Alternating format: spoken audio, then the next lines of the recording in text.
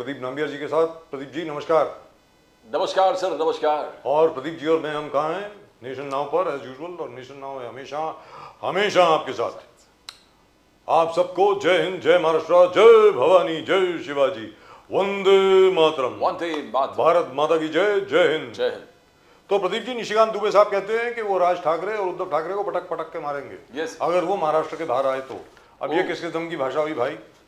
वो I think वो अमिताभ बच्चन के पुराने पिक्चर्स के डायलॉग है, अपने घर में तो सब शेर हुआ कर घर के बाहर। I think which was Amitabh Bachchan वर्दी में था, फिर उधर के Amar Akbar entry one of the Deewar, God nose.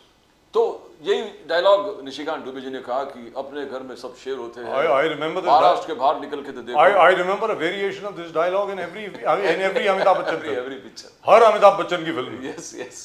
वो पुलिस की वर्दी में तो हर एक कोई शेर होता है, तो विनोद खन्ना की वर्दी उतरवा दी। एंड दैट पर्टिकुलर सीन, प्राण दीवार पुलिस स्टेशन के अंदर, what was it? That was जंजीर सर। सॉरी जंजीर में था। जंजीर में था। जंजीर। तो लेकिन मेरा आप अमिताभ बच्चन की फिल्म कैसे भूल गए sir? You are Amitabh Bachchan buff. Confuse, इतने सारे हैं तो और इतने सारों में एक ही डायलॉग की वेरिएशन, मतलब ये भी है। लेकिन ये निशिकांत दुबे साहब, प्रदीप जी आपको लगता है कि Nishikant Dubey this is his own individual opinion, और would you have taken permission from the BJP headquarters before saying this?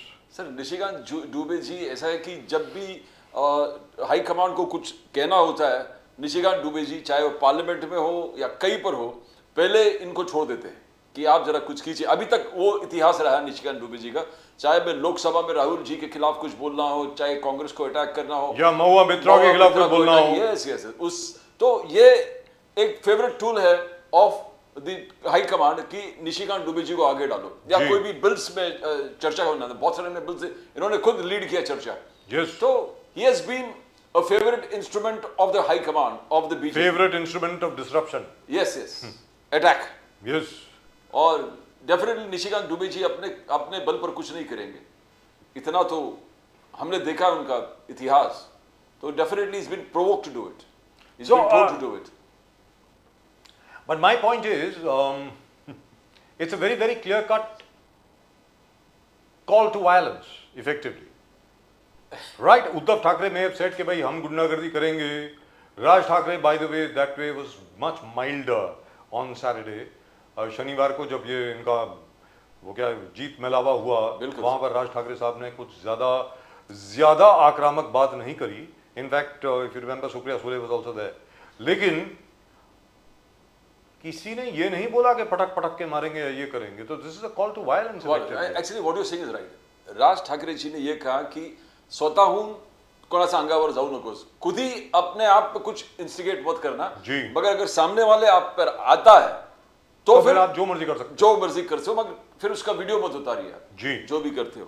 तो he was, and I think Uddhav Thackeray, Aaditya Thackeray ji भी इस चीज को उन्होंने क्लियर कट कहा कि एक दिन में कोई बाहर से आता है, उससे अपेक्षित नहीं है कि वो मराठी में बात करे, एकदम मराठी में बात कर ले। You need to educate them, उनको सीखना पड़ेगा। तो आप जो भी करते हो सोच समझ के कर लेना। तो आज उद्धव ठाकरे जी भी क्लियर कर दिया कि हमारा शक्ति सिर्फ उसको हिंदी को एक टोटल कंपलसरी करने का है, हमारा लड़ाई इससे आगे कुछ नहीं है। इनफैक्ट संजय राउत जी ने भी आगे कर दिया है कि we don't agree with Stalin where total neglect of Hindi is concern. हम कहते हैं कि आप हिंदी में बात कीजिए, बट हम ये नहीं कह रहे कि टोटली इसको बैन कर दें, इसको। प्रदीप जी, यहाँ पर बिल्कुल क्लियर कट कहा गया था, राज ठाकरे ने भी और उद्धव ठाकरे ने भी, और महाराष्ट्र नवनिर्माण सेना तो पहले दिन से ही कह रही है कि भाई 1st to 5th आप बच्चों के ऊपर 3 लैंग्वेज फॉर्मूला इंपोज मत कीजिए। जो अभी तक चल रहा है वैसे चलने दीजिए। 5 से लेकर के 10वीं तक वो तो वैसे ही पढ़ेंगे ना, मराठी, अंग्रेजी, हिंदी पढ़ेंगे वो। तो उसमें क्या है? Why do you want to burden people, burden kids with too many languages? अब वही चीज, वही शब्द जो है अलग अलग भाषा में वो अलग अलग आएगा, तो जिसकी वजह से बच्चे कंफ्यूज हो जाएंगे। जब बच्चा 5वीं जमात पास कर लेता है, मिडिल स्कूल में जाता है, उसके बाद उसको पढ़ने दीजिए। प्रॉब्लम क्या है? But this is very strange. Can we hear this? I would love to hear it. Can we hear what Mr. Nishikant Dubey is saying? Can we play it, please?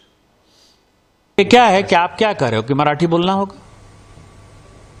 आप किसकी रोटी खा रहे हो? वहां टाटा है, बिरला है, रिलायंस है, कोई महाराष्ट्र में यूनिट नहीं है। सब टैक्स पेयर जो है, टाटा यदि बिहार झारखंड नहीं होता, उस वक्त बिहार नहीं होता, टाटा ने तो पहली फैक्ट्री वहीं बनाई। हमारे पैसे पर पल रहे हो, तुम कौन सा टैक्स जाते हो, कौन सी इंडस्ट्री है तुम्हारे पास? माइंस हमारे पास है, झारखंड के पास है, छत्तीसगढ़ के पास है, मध्य प्रदेश के पास है, उड़ीसा के पास है। आपके पास कौन सी माइंस है? रिफाइनरी यदि रिलायंस ने बैठाई या एसआर ने रिफाइनरी बैठाई तो वो गुजरात में रिफाइनरी बैठाई है। सारी इंडस्ट्री जो है, सेमीकंडक्टर की भी इंडस्ट्री है तो गुजरात में आ रही है। आप जो है लाटसाही कर रहे हो और ऊपर से जो है आप हमारा दोहन करके, शोषण करके टैक्स पेयर करते हो।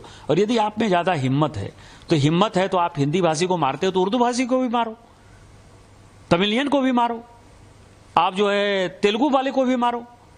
आप जो इस तरह की घटिया हरकत कर रहे हो, और मैंने हमेशा कहा है कि जब अपने घर में हो, महाराष्ट्र में हो, यदि बहुत बड़े बॉस हो तो चलो बिहार, चलो उत्तर प्रदेश, चलो तमिलनाडु, तुमको पटक पटक के मारेंगे। ये अनार्की जो है नहीं चलेगी। हम मराठी का सम्मान करते हैं, मराठी एक आदरणीय भाषा है, और हम छत्रपति साहू जी महाराज, छत्रपति शिवाजी जी महाराज,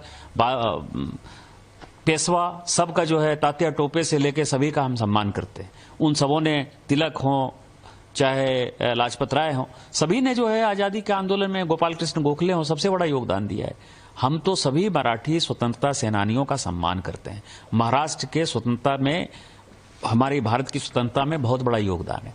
लेकिन आज जो वोट बैंक की पॉलिटिक्स, बीएमसी का चुनाव होने वाला है और ये उद्धव ठाकरे और राज ठाकरे जो कर रहा है, इससे घटिया कोई काम नहीं हो सकता है और हम इसका प्रतिकार करते हैं। और यदि उनमें हिम्मत है, जो मैंने आपको कहा है, यदि उनमें हिम्मत है तो बगल में जो है माहिम इलाके में चले जाएं और माहिम की दरगाह के सामने जो है किसी हिंदी भाषी और उर्दू भाषी को पीट कर दिखा दें, तो मैं मानूंगा कि वो सचमुच जो है बाला साहब ठाकरे जी क्या है कि आप Right. So thank the Lord we showed the entire thing. अब पूरा जो दिखाया है उसमें it doesn't look so bad, Pradeep ji. No, in the end he has made up for what he said. That's right. But he did say कि एक बार आप बाहर जाइए, तमिलनाडु में करके दिखाइए, यहाँ करके दिखाइए, केरल में करके दिखाइए, बाकी जगह पे करके दिखाइए, पटक पटक के मारेंगे। लेकिन फिर भी ऐसी भाषा का इस्तेमाल करना किसी भारतीय जनता पार्टी के प्रोमिनेंट मेंबर ऑफ पार्लियामेंट के लिए, मुझे लगता है, I don't think that's called for. Can we go across to our guests? I think we've got a couple of guests with us. Let's go across to them. Let's ask them what they have to say. All three of the guests are with us right now. Sushil Vyas ji, namaskar. नमस्कार।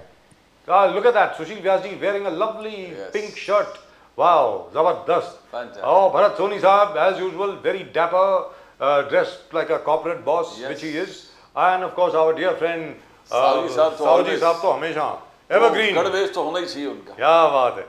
साहू जी साहब नमस्कार, हर हर महादेव, जय सिया राम। नमस्कार, जय भवानी, जय शिवाजी।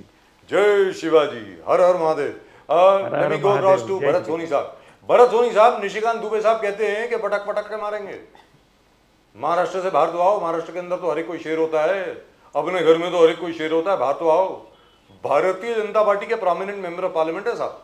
मुझे नहीं लगता कि निशिकांत दुबे जी में इतनी हिम्मत है कि अपने आप ऐसा कुछ बोल दें, मुझको नहीं लगता है। I think this is a message, एक संदेश शायद पहुंचाया जा रहा है राज ठाकरे जी और उद्धव ठाकरे जी को, और शायद इंडिया अलायंस को, क्योंकि उन्होंने शरद पवार जी का भी नाम लिया है।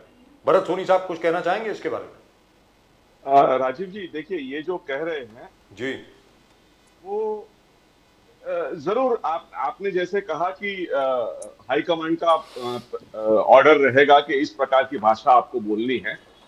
और सर, लेकिन मुझे नहीं लगता है कि महाराष्ट्र में हम लोग जो एक भाईचारा और आपसी भाईचारे के साथ जो रहते हैं यहाँ पर, उसमें ऐसे स्टेटमेंट पर कुछ ज्यादा बोलने की जरूरत नहीं है। और सभी लोग जानते हैं कि वो हर कोई आदमी अपने अपने क्षेत्र में जाके ऐसे कुछ बोल सकता है, लेकिन वो बाहर जाके क्या करेंगे इसके बारे में ऐसे बोला जाता है। लेकिन ऐसा निशिकांत दुबे जी जैसे मेंबर ऑफ पार्लियामेंट ने ऐसा वक्तव्य नहीं करना चाहिए। और ये यहाँ पर एक्चुअली माहौल खराब है, और उस माहौल के अंदर अगर आप ऐसे स्टेटमेंट करते हो तो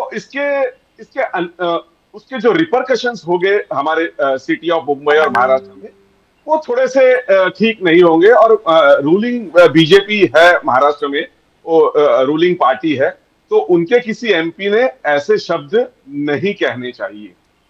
भरत सोनी साहब, मगर कांग्रेस का स्टैंड क्या है इस पर? आप किस तरफ हो? पहले नाना पाटोले जी ने कहा कि ये मैच फिक्सिंग हो रहा है देवेंद्र फडणवीस और राज ठाकरे साहब का। उसके बाद हर्षवर्धन सपकाल जी ने कहा नहीं, ये जो कह रहा वो सही है, ऐसा ही होना चाहिए, we are with UBT and we are with RT, Raj Thackeray ji और उद्धव ठाकरे जी के साथ है। मगर फिर जब विजय मेड़ावा था आप गए नहीं उसमें, सुप्रिया जी गए मगर आप लोग नहीं गए। तो क्या है आपका स्टैंड, क्या है? मींस लोकल बॉडीज तो बहुत शॉर्टली होने वाले हैं elections, what is the stand Soni sahab? ना इधर का ना उधर का। सर देखिए, हमारा जो गठबंधन है, इंडिया अलायंस का जो गठबंधन है महाराष्ट्र में महाविकास आघाड़ी के रूप में है, उसके हमारे लीडर सम्मान्य ex chief minister Uddhav ji Thackeray है, वो हमारे नेता है महाराष्ट्र विकास आघाड़ी के। तो सर महाराष्ट्र विकास आघाड़ी का एक चुनाव अभी हुआ, हम लोग साथ में लड़े। अब आने वाला चुनाव जो है वो मुंबई महानगर पालिका का है, उसके अंदर गठबंधन किस प्रकार से होगा, कैसे होगा, कौन कौन साथ में होगा, वो जब मुंबई महानगर पालिका का और अन्य महानगर पालिकाओं का इलेक्शन जब डिक्लेयर होगा, अनाउंस होगा, तब जाके हम लोग इसकी घोषणा करेंगे और तब एक लाइन बनेगी कि हम लोग किस बाजू से है। और सर देखिए, ऐसे कहीं पर भी नहीं कहा है उस टाइम पे कि ये तो एक नॉन पॉलिटिकल मोर्चा था। उद्धव जी और राज ठाकरे जी मिलकर जो विजय मेड़ावा करने वाले थे वो एक नॉन पॉलिटिकल था और कोई भी किसी भी पार्टी का फ्लैग नहीं था। तो everybody was free to go. हमारे भी जो सामान्य कार्यकर्ता है, जो ऑफिस बेरर्स है, वो लोग भी गए थे उसमें, जो मराठी है सर। तो लेकिन देखिए, और हमारे जो महाराष्ट्र प्रदेश कांग्रेस कमेटी के अध्यक्ष है, उनका अन्य कहीं पर पहले से फिक्स प्रोग्राम था तो वो नहीं जा सके। उसी प्रकार से हमारे मुंबई प्रदेश के अध्यक्ष और मुंबई प्रदेश के अन्य जो ऑफिस बेरर्स है, उनके भी कहीं कहीं प्रोग्राम्स थे। तो उसके सॉरी साहब, यही तो प्रॉब्लम है। शरद पवार साहब गए नहीं, बट सुप्रिया सुले जी थे, जितेंद्र आव्हाड था, आपका कोई प्रोमिनेंट नेता था ही नहीं वहां पर। और सपकाल जी ने कहा कि हम चुनाव अकेले भी लड़ सकते हैं, कोई पाबंदी नहीं है, और बहुत शॉर्टली हम डिसीजन ले लेंगे कि चुनाव अकेला लड़ना है कि नहीं, स्थानीय लोकल बॉडीज का। भरत सोनी साहब। प्रदीप जी देखिए, मैं मुंबई प्रदेश का प्रवक्ता हूं, महाराष्ट्र प्रदेश के प्रवक्ता अलग है, लेकिन फिर भी क्योंकि हमारे पार्टी का मैटर है सर, मैंने अभी भी कह दिया कि जो चुनाव में अलायंस करना नहीं करना, गठबंधन कैसे होगा, हम लोग अकेले लड़ेंगे या साथ में लड़ेंगे, ये सारी रूपरेखा जो है एक बार महानगर पालिका का चुनाव अनाउंस हो जाने दीजिए। अभी सुप्रीम कोर्ट के गाइडलाइंस के तहत कहा गया है कि इतने दिनों में ये चुनाव की प्रक्रिया पूरी करनी है, तो उसको अनाउंस होने दीजिए सर। सारी बातें वो तो पोस्टपोन होने वाला है सर, पहले ही पोस्टपोन हो गया। वो तो पहले ही पोस्टपोन हो गया ना sir. The government is already asked for 2 months, और अभी तो बारिश चल रही है। वो जो 4 महीने की डेडलाइन थी वो तो होने वाली नहीं है। तो which means election will be held either in December और इन फरवरी नेक्स्ट ईयर। उसके पहले तो नहीं होने वाला। राजीव जी, they are saying it is the last week of November और on the first week of the December। नहीं होने वाला सर, कहां से होगा? अभी तो डीलिमिटेशन पूरी नहीं हुई। सर सुप्रीम कोर्ट को क्या जवाब देंगे ये लोग? सुप्रीम कोर्ट को क्या जवाब दे देंगे ना? क्या है उसमें? जो अगर एडमिनिस्ट्रेटिव डिफिकल्टी है तो है, क्या करोगे उसके बारे में? क्या जरूरी थोड़ी है कि अगर सुप्रीम कोर्ट ने अगर जवाब दे दिया, if the election commission is not ready, how can they hold elections? Anyway, let me go across to Laxman Sahu ji साहब। सुशील व्यास जी, आ रहा हूं आपके पास में। लक्ष्मण साहू जी साहब, आप ये बताएं, निशिकांत दुबे जी ये अपने आप तो इतनी बड़ी बात बोल नहीं सकते, मुझको तो नहीं लगता, क्योंकि जब वो राहुल गांधी के बारे में बोलते हैं, महुआ मित्रा के बारे में बोलते हैं, हमारे क्या नाम है उनका, मल्लिकार्जुन खड़गे साहब के बारे में बोलते हैं, या ममता बनर्जी के बारे में बोलते हैं, ज्यादातर बीजेपी की लाइन होती है। तो आप ये बताएं सर, ये क्या संदेश है राज ठाकरे जी और उद्धव ठाकरे जी को कि भैया सीधे हो जाओ, ये उल्टा सीधा काम मत करो? क्योंकि इसमें एक और चीज आती है, राष्ट्रीय स्वयंसेवक संघ की तरफ से भी जो लाइन आई है वो बहुत क्लियर कट है। उन्होंने कहा कि भारत सबका है, हर भाषा का सम्मान होना चाहिए, लेकिन कोई मारपीट करेगा तो उसको हम बर्दाश्त नहीं करेंगे। ये राष्ट्र है। और आशीष शेलार ने सबसे बड़ी अच्छी बात कही है, आशीष शेलार जी ने, उन्होंने कहा कि अभी अभी हाल ही में पहलगाम के आगे लोगों का धर्म पूछ के उनको मारा गया, और यहां पर भी आप हिंदुओं के ऊपर आप हमला कर रहे हैं। क्या कर रहे हैं आप? अब आप बोलें लक्ष्मण साहू जी साहब। साहब, एक तो बात ऐसी है, भाषा ये कोई चुनाव या राजनीति का मुद्दा नहीं हो सकता। कोई भी भाषा, भाषावार प्रांत रचना हुई है, भाषा का सम्मान होता है। अभी ये मुद्दा ही नहीं था। ये मसला निकला कहां से, ये मामला आया कहां से? कक्षा पहली से लेकर चौथी तक जो त्रिभाषा सूत्र पूरे देश में चलाया जा रहा है, उसमें हर प्रांत में पहली भाषा कौन सी लेनी चाहिए वो तय हो गया है। महाराष्ट्र में पहली भाषा मराठी है, उसमें कोई दो राय नहीं है किसी की भी। दूसरी भाषा इन्होंने अंग्रेजी ले ली है, और तीसरी भाषा कौन सी चाहिए इसके लिए ऑप्शंस रखे हैं। उसमें अगर देश में सब जगह काम में आते हैं सबसे ज्यादा भाषा हिंदी आती है, इसलिए हिंदी की जिक्र हुई, तो हिंदी कंपल्शन किया, ऐसा जो बवाल किया गया ये पूरा गलत है। मराठी किसी ने तोड़ी नहीं है, मराठी को किसी ने कोई विरोध भी नहीं किया है, मराठी का सम्मान ही किया है। फिर भी ये मामला कब आया है कि मैं मेरा सब कुछ गवा चुका हूं। वो हमारे मराठी में बोलते हैं रड़ीचा डाव, अभी हार गए सब, तो क्या करने का, कुछ भी मुद्दा निकालने का। जी, तो ये बात ठीक नहीं है। ये जैसे जैसे हाथ से पूरा सब निकल गया है, पैरों तले पूरी रेती खिंचक गई है, तो फिर राजनीति के लिए कोई ना कोई मुद्दा होना चाहिए। ये सोचते नहीं है कि इसके ऊपर स्कूल के बच्चों के ऊपर क्या असर होगा, पेरेंट्स के ऊपर असर क्या होगा, शिक्षा नीति के ऊपर असर क्या होगा, राष्ट्र के भविष्य के लिए क्या होगा, ये सोचते ही नहीं है। ये सिर्फ मेरी स्वार्थी राजनीति के लिए कोई भी मुद्दा उठाकर चलना। अभी इतना बड़ा मराठी के लिए उन्होंने इतना बोला, मेळावा लिया, एकत्रीकरण किया, बोलते साहब दूसरे दिन महाराष्ट्र में महाराष्ट्र का सबसे बड़ा उत्सव जो आषाढ़ी एकादशी कहलाती है, जो पंढरपुर में पूरे वारकरी लोग पूरे जमा हुए होते हैं, लेकिन आषाढ़ी एकादशी की शुभकामनाएं देने के लिए इनके पास मराठीपन जिंदा नहीं बचा है। काय का मराठी बोलते हैं ये, कौन सी मराठी चाहते हैं, कौन सी मराठी की पूजा करते हैं, कौन सी मराठी के बारे में श्रद्धा है इनके दिल में। और 25 साल मुंबई महापालिका और पूरी राजनीति में मेन रोल अदा करते हुए जो मराठी का टक्का परसेंटेज मुंबई का जो कम होते गया है, उसके लिए क्या दिल्ली वाले जिम्मेदार होंगे? ये जिम्मेदार नहीं है। निशिकांत दुबे जी ने आगे जाके साहूजी साहब, फुटपाथ का मराठी वड़ा पाव बेचने वाला आदमी वो रहने के लिए मुंबई में नहीं है जी। निशिकांत दुबे जी ने इसके बारे में आगे सोचना चाहिए। जो मराठी के नाम पर राजनीति करेंगे, ये अभी चलने वाला जनता जाग उठी है।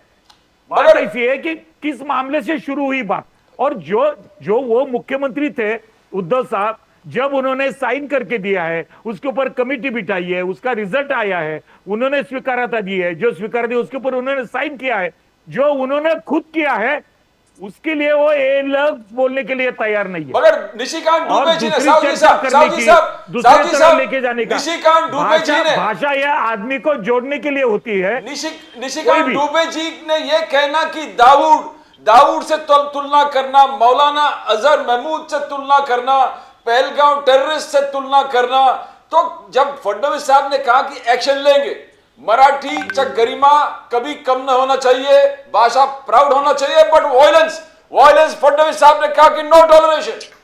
मगर तुलना दाऊद से करना ठीक है क्या साहब? साहब तुलना किसी से भी तुलना कब होती है साहब? अभी पहलगाम का जो हादसा हुआ जी, और उसमें ये उजागर हो गया कि धर्म पूछकर गोली मार दी गई, ये मालूम हो गया सबको। अभी तुम अगर भाषा पूछ के मारने लगेंगे तो क्या उदाहरण के तौर पर कोई भी बात सामने नहीं आएगी? किस वजह से बात आई है, किस वातावरण में आई है, किसने किससे कही है, किसने कहां कही है, यह भी सोचना पड़ेगा। सरासर पूरा दोष जो मंच पर वक्ता बोलता है वो बैठे हुए लोगों के ऊपर नहीं जाता है। बैठे हुए लोगों को देखकर सुनकर यह चर्चा नहीं होती है।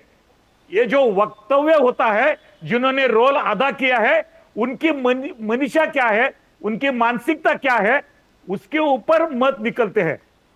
और चर्चा दो बड़े लोगों में होती है। इसमें ये जो घसीटने की बात चालू नहीं लोगों को, मराठी लोग, ये मराठी लोगों का इनके ऊपर विश्वास नहीं रहा है। चुनाव में दिखा गया है, चुनाव में शिंदे साहब के नेतृत्व में जो असली शिवसेना है उसके पीछे मराठी लोग थे, वो अलायंस में थे, इसलिए भाजपा अलायंस में लोग थे। इनको लोगों ने नकारा दिया है। और अभी इनको महापालिका मनपा का जो चुनाव आ रहा है वो सामने उनका एक ही अभी इज्जत दांव पे लगी है इनकी। इनका आखिरी सांस ले रहे हैं अभी वो मुंबई के लिए। अगर वो राजनीति में है तो राजनीतिक आखिरी सांस ले रहे हैं वो। साहू जी साहब, एक इसलिए छोटा उनको सा ऐसा सवाल। लग रहा है कि अभी जब घुटन हो रही है तो सब याद आ रहा है, तो साहू- चलो मराठी के मुद्दे पे कुछ कर सकते हैं क्या। उन्होंने साहब। प्रयास किया है, लेकिन यह प्रयास पूरा फेल होने वाला है। साहू जी साहब, एक छोटा सा सवाल है आपके लिए। मैं चाहता हूं आप इस पर दिल से रिएक्ट करें। मैं चाहता हूं दिल से जवाब देना सर। सर, यहां पर एक बड़ी अजीब बात मेरे सामने आई है। हो सकता है कि मैं गलत हूं। अगर मैं गलत बोल रहा हूं तो सुधार कर दें सर। आप सब लोग बड़े ज्ञानी ध्यानी लोग हैं। सुशील व्यास जी, लक्ष्मण साहू जी, आप, भरत होनी, आप। सर, किसी को इंग्लिश से कोई ऑब्जेक्शन नहीं है। मतलब मराठी, इंग्लिश, हिंदी से ऑब्जेक्शन है। पूछ रहा हूं आपसे सर, ये क्या है? मतलब मेरी समझ के बाहर है। लक्ष्मण साहू जी साहब, आप बताएं। नहीं, सही बात है ना सर। ये सबका यही कहना है। इसमें तो सब राजनीतिक अन्य दलों का भी ये कहना है, हमारा भी ये कहना है, पब्लिक का भी ये कहना है। इन्होंने हमेशा अपनी खुद की जीवनी में जरा झांक कर देखिए, इन्होंने क्या किया है। इन्होंने कहा मराठी के साथ ईमानदार रहे हैं। सिर्फ सत्ता के लिए मराठी का यूज करना, मराठी लोगों का यूज करना और यूज और थ्रो कर देना, इतना ही है इनके। इनको लोगों ने पूरा रिजेक्ट कर दिया है राजनीति में से। अभी ये इनका कोई कुछ चलने वाला नहीं है। और जब एक आखिरी प्रयास इनका चालू है कि इसके ऊपर कुछ कर सकते हैं क्या। क्या हम मराठी नहीं है? आशीष शेलार मराठी नहीं है? देवेंद्र जी मराठी नहीं है क्या? हमारी सत्ता हमारे साथ 10 साल थे। जब सब दलों ने इनको ऐसा बाजू को रख के दिया था, तो हिंदुत्व के आधार पर अटल जी, आडवाणी जी ने, बाला साहेब ठाकरे जी ने जब एक होने का जब तय किया था, निर्णय लिया था, तब की बात इन्होंने ध्यान में रखना चाहिए कि भाजपा वालों ने अपने को कितना सम्मान दिया था। ये सब ये भूल गए। और जब खुद का समय आया है, बाला साहब ठाकरे जब तक थे वो किसी न किसी अलग आदमी को मुख्यमंत्री बनाते थे, किसी न किसी अलग आदमी को संगठन के आदमी को मेयर बनाते थे। उन्होंने कभी ठाकरे के घर में से कोई कैंडिडेट नहीं दिया। जब से वो हमारे दुर्दैव है हमारा महाराष्ट्र का हिंदुत्व का, वो गुजर गए, जब से उद्धव साहब ने जो नीति अपनाई है ये सरासर गलत है। जो बाला साहब ठाकरे ने ये हम करेंगे नहीं बोला, वो सब वो कर रहे हैं। हिंदुत्व के खिलाफ जो लोग हैं उनके साथ इनको जाने में जरा भी कुछ कमी महसूस नहीं हुई। तो सुशील व्यास जी बोलिए सर। आप खत्म करें। बोले सर, बोले। ये अंग्रेजी के बारे में तो सब लोग जानते हैं कि इन्होंने खुद के अंदर झांक कर देखना चाहिए, खुद के बच्चे कहां पड़े हैं जी। हम वो कहां। बॉम्बे स्कॉटिश में। थोड़ा बहुत तो लगना चाहिए कुछ मराठी के लिए बोलने के लिए। जी, दुरुस्त बात अभी है। वैसे मैं डिबेट हिंदी में कर रहा हूं साहब, जी, इसलिए मैं हिंदी में बोल रहा हूं। लेकिन क्या हम मराठी जानते नहीं क्या? सर सभी जानते पैदाइशी हैं। मराठी है। यहाँ ये 500 मराठी के लोग बारे में मराठी हमको जानते हैं। सिखलाएंगे। सर यहाँ मराठी के बारे में ये हमको सिखलाएंगे। सर 500 लोग जो अभी स्क्रीन पर हैं मराठी जानते हैं, ऐसी कोई बात नहीं है। हम सब मराठी समझते हैं। हाँ ठीक है, बोलने में मैं आप सब लोगों से जरा कम हूं मराठी में। प्रदीप जी तो बहुत अच्छा बोलते हैं, लेकिन समझ में आती है sir. Let's be very clear. या सुशील व्यास जी, मैं आपसे एक बात जानना चाहता हूं। इट इज बिन, वैसे मुझे लक्ष्मण साहू जी से पूछना चाहिए था, लेकिन आपसे पूछ रहा हूं सर कि सर आप देवेंद्र फडणवीस जी पर एंटी मराठी होने का चार्ज कैसे लगा सकते हैं? आप मुझे बताइए सर। देवेंद्र फडणवीस जी ने इतनी मेहनत करी to get Marathi the status of a classical language. Classical language का स्टेटस जो है वो देवेंद्र फडणवीस जी लेकर आए मराठी के लिए, and you are still calling him anti Marathi. Sushil Vyas ji, ये तो कोई बात नहीं हुई, मेरी समझ के जरा बाहर है। आप शायद आपको समझ में आ रही हो, आप वकील हैं, you are a practising lawyer, you would know. आप जरा बताएं सर प्लीज। बजाज साहब, नाम बिहार जी, नमस्कार। नमस्कार सर। मैं तो पिछले अनेक दिनों से बड़ा निराश हूँ इस महाराष्ट्र की राजनीति के जो चाल चलन चल रहा है उसको देख के कि हिंदी शक्ति और मराठी की अस्मिता। अभी दो शब्दों को लेकर मैं आगे बढ़ना चाहता हूँ, कुछ समय मुझे आप देंगे तो। प्लीज प्लीज बोलिए। अब वो पूरी चर्चा लक्ष्मण भाई भी बोल रहे थे और भरत भाई भी बोल रहे थे। अब मराठी अस्मिता का सवाल त्रिभाषा सूत्र पे कहाँ आया? जैसे लक्ष्मण भाई ने भी कहा कि त्रिभाषा सूत्र जो राष्ट्रीय शिक्षा नीति 2020 की बनी, उसमें त्रिभाषा सूत्र में यह था कि स्थानीय भाषा को प्राथमिकता देकर उसके अंदर उस माध्यम से अगर बच्चों की पढ़ाई हो तो अच्छा हो। नंबर एक, तो अगर उस सूत्र को हम माने तो मराठी के साथ तो कोई कॉम्प्रोमाइज है नहीं। मराठी की प्राधान्यता है तो मराठी का अपमान या उसका सेकेंडरी मानना कहाँ हुआ महाराष्ट्र के अंदर? और ये तो हमने 2024 में या 22 में कानून से पास कर दिया कि मराठी विल बी कंपलसरी। ये तो महाराष्ट्र में कानून है, तो मराठी के साथ तो कोई कॉम्प्रोमाइज है नहीं। फिर मराठी की अस्मिता पे कहाँ कुछ खतरा मंडराने लग गया? मेरे तो समझ के बाहर हो गई ये जो चर्चा और ये राजनीति हुई, वो क्यों हुई? अब चलिए, अब जो जितने नेता बड़े, मैं विनम्रता के साथ कहना चाहता हूँ, बड़े बड़े नेता हमारे महाराष्ट्र के, ये जो मराठी और त्रिभाषा पे अपने अपने बयान दे रहे हैं, अपना ज्ञान जनता में बांट रहे हैं, शायद उन्होंने ये राष्ट्रीय शिक्षा नीति 2020 पढ़ी नहीं। अगर राष्ट्रीय शिक्षा नीति 2020 त्रिभाषा के संदर्भ में वो पैराग्राफ पढ़ लेते तो त्रिभाषा में क्लियर लिखा है कि त्रिभाषा के माध्यम से भारत की, चूंकि हमारी मल्टीलिंगुअल, यानी हमारे भारत में 22 तो रिकॉग्नाइज, संविधान की अनुसूची 8वीं में 22 रिकॉग्नाइज भाषा है। उस भाषा के माध्यम से अगर हम तीसरी भाषा, पहली भाषा तो मातृभाषा हो गई वहां की स्थानीय, दूसरी जैसे आपने कहा सभी लोग, हर प्रदेश के लोग चाहते हैं कि चूंकि अंतरराष्ट्रीय हमको कांटेक्ट करना है, आगे बढ़ना है, ठीक है, ये एक अघोषित रूप से दुर्भाग्य सौभाग्य जो भी हो, हम तो हिंदी मीडियम में पढ़े हैं, लेकिन आज अंग्रेजी की तरफ लोग आकर्षित है तो अंग्रेजी हो गई। तीसरी भाषा किसी ने नहीं कहा कि आप हिंदी पढ़िए। महाराष्ट्र का जिस जीआर का जिक्र हो रहा है देवेंद्र फडणवीस जी के, उस जीआर में भी अगर कोई पढ़ लेता तो उसमें था कि अगर 20 से ज्यादा बच्चे अगर एक डिवीजन में होंगे और वो हिंदी पढ़ना चाहेंगे तो हिंदी, या मलयालम पढ़ना चाहेंगे तो मलयालम, आंध्रा पढ़ना चाहेंगे तो आंध्रा की भाषा, शेड्यूल्ड लैंग्वेज, ये जो भी 22 लैंग्वेज में से कोई एक, उसमें नेपाली भी है। बजाज साहब किसी ने विरोध नहीं किया नेपाली का। आप हिंदी की शक्ति किसने की? किसी जीआर में मुझे 2 वाक्य बता दे कोई जिसमें लिखा है कि हिंदी की शक्ति है, compulsorily you will be bound, you will compulsorily bound to select Hindi. कहां लिखा है ये सब? कि कोई बता दे महाराष्ट्र के उस जीआर में। लेकिन फिर भी हम सब प्रजातंत्र में मानते हैं, एक विश्वास हमारे सामने एक आई बात कि लोगों ने विरोध किया तो ठीक है, हमने कहा भाई ठीक है, हम फिलहाल टाइमिंग डीआर को वापस लेते हैं। डॉक्टर नरेंद्र यादव जिनकी विद्वता पे कोई प्रश्न चिन्ह नहीं है, उनकी अध्यक्षता में कमेटी बना दी, वो रिव्यू करेंगे, उनका अपना ओपिनियन आएगा। तब तक तो वेट करना चाहिए ना, तब तक तो जीआर लागू नहीं हो रहा है। फिर क्यों डोम में आप लोग उठा बुला करके मराठी भाषी के अस्मिता के ऊपर लोगों को भीड़ इकट्ठा कर रहे थे?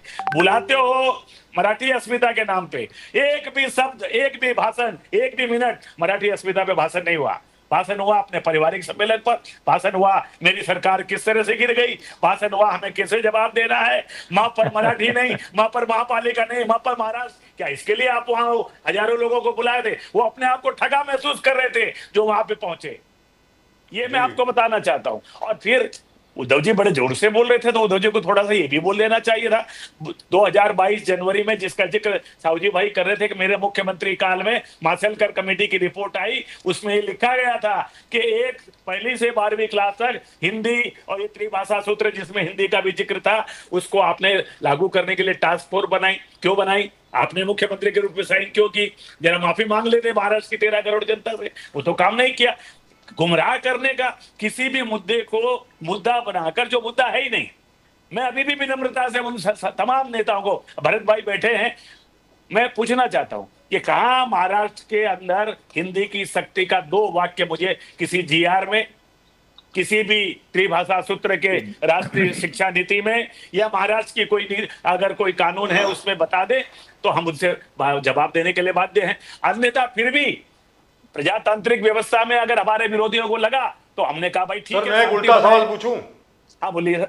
मैं एक उल्टा सवाल पूछता हूं सर, हिंदी क्या भारत की भाषा नहीं है? तो अगर मान लीजिए हिंदी को अगर कंपलसरी भी कर दिया जाए तो उसमें ऑब्जेक्शन क्या है? मतलब मैं जानना चाहता हूं। I don't understand this. ये मेरी समझ के बाहर है कि बजाज हिंदी जी, को अगर बजाज कंपलसरी जी। कर दिया जाए तो क्या है, आप बजाज बताइए जी, ना। बजाज जी, वो तो जो अपनी ताल ठोक ठोक कर पानी पी पी करके जो जोर जोर से डोम में बोल रहे थे, उनको भी समझ में आ गया। आज संजय राउत जी ने सुबह सुबह 9 बजे का जो उनका रोज का भोंगा होता है, उसमें कहा हम हिंदी के विरोधी नहीं है, हम हिंदी को पढ़ाने के विरोध में भी नहीं है, हम तो मात्र ये कह रहे थे पहली से चौथी तक मत पढ़ाओ, 5वीं के बाद पढ़ाओ। अब ये बदलाव 48 घंटे में तो आ गया। तो ये इसका तो एक और सवाल पूछूं सर? ये सर क्यों सॉरी आया सॉरी है? Sorry, I am stopping you. Sushil Vyas ji, you'll have to listen to this question, very important। मैं चाहूंगा लक्ष्मण सावजी साहब और स्पेशली भरत सोनी साहब इसका जवाब दें। सर मेरी बात सुनिए, मुंबई शहर में बॉलीवुड है, उसके अलावा जो पूरी भोजपुरी फिल्म की जो इंडस्ट्री है वो भी मुंबई में है। सर बॉलीवुड की तो फिल्में हिंदी में बनती हैं, नंबर एक। नंबर दो, जब आप यहां पर सत्ता में थे, हमारे आदरणीय सम्माननीय उद्धव ठाकरे जी बड़े अच्छे मित्र हैं हमारे, वो सत्ता में थे, उन्होंने मराठी फिल्म इंडस्ट्री के लिए क्या किया सर? मराठी फिल्म को बढ़ावा देने के लिए क्या किया? कितनी सब्सिडीज दी उनको, क्या क्या फैसिलिटीज दी उनको, क्या अलग से फिल्म सिटी में मराठी फिल्म के लिए अलग सब्सिडी दी गई, क्या क्या किया गया। इनफैक्ट देवेंद्र फडणवीस जी के आने के बाद, इनफैक्ट एकनाथ शिंदे जी के आने के बाद, जब एकनाथ शिंदे जी मुख्यमंत्री थे, Marathi film gets a huge subsidy, वो एकनाथ शिंदे जी ने पास किया है। सर आप बताइए ये क्या है? वो I don't understand this, please. मैं बजाज जी उसी पे आ रहा था जी अक्टूबर 2024 में क्लासिकल लैंग्वेज अभी भाषा के रूप में जो उन्होंने दी, उस समय एकनाथ राव जी शिंदे महाराष्ट्र के मुख्यमंत्री हुआ करते जी। थे, और उन्होंने अब ये घोषणा भी की है कि आने वाले 3 अक्टूबर से लेकर के 3 अक्टूबर मराठी भाषा दिवस मनाया जाएगा, और उसके बाद पूरा हफ्ता मराठी भाषा के रूप में मनाया जाएगा। ये तमाम मराठी, मैं तो ये भी I fail to understand I said initially कि मराठी भाषा का अपमान कहाँ हुआ मेरे की इस सारी त्रिभाषा के क्षेत्र में। ठीक है, आप हिंदी की शक्ति के खिलाफ बोलिए, लेकिन मराठी अस्मिता के लिए पूरे हजारों लाखों लोगों को बुलाना और सब नो झंडा। सुशील व्यास जी, क्लियर कट कहा उद्धव ठाकरे, राज ठाकरे ने, नो झंडा नो एजेंडा, हम सिर्फ बात करेंगे लोगों से। फिर भी एकनाथ शिंदे जी आज जैसे संजय राउत जी ने कहा, हम स्टालिन से टोटली डिफर करते हैं, तमिलनाडु के चीफ मिनिस्टर से डिफर करते हैं, हम हिंदी के खिलाफ नहीं है, हिंदी के खिलाफ नहीं, हमने सिर्फ बोला कंपलसरी मत करो। तो इसमें एकनाथ शिंदे जी नाराज क्यों होते? सुशील व्यास जी, एकनाथ शिंदे जी नाराज हुए, आपको किसने कहा? Against Uddhav Thackeray brothers.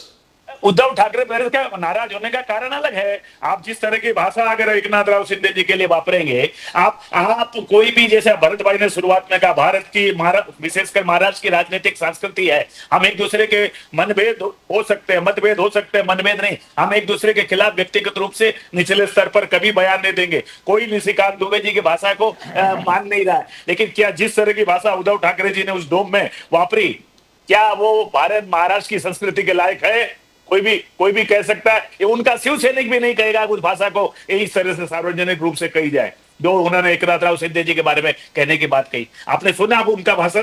जी।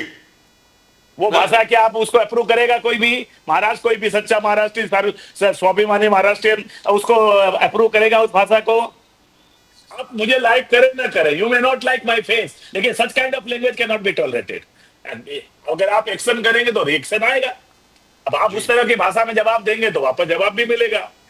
आपने सही कहा, नो झंडा न एजेंडा। एजेंडा क्या था?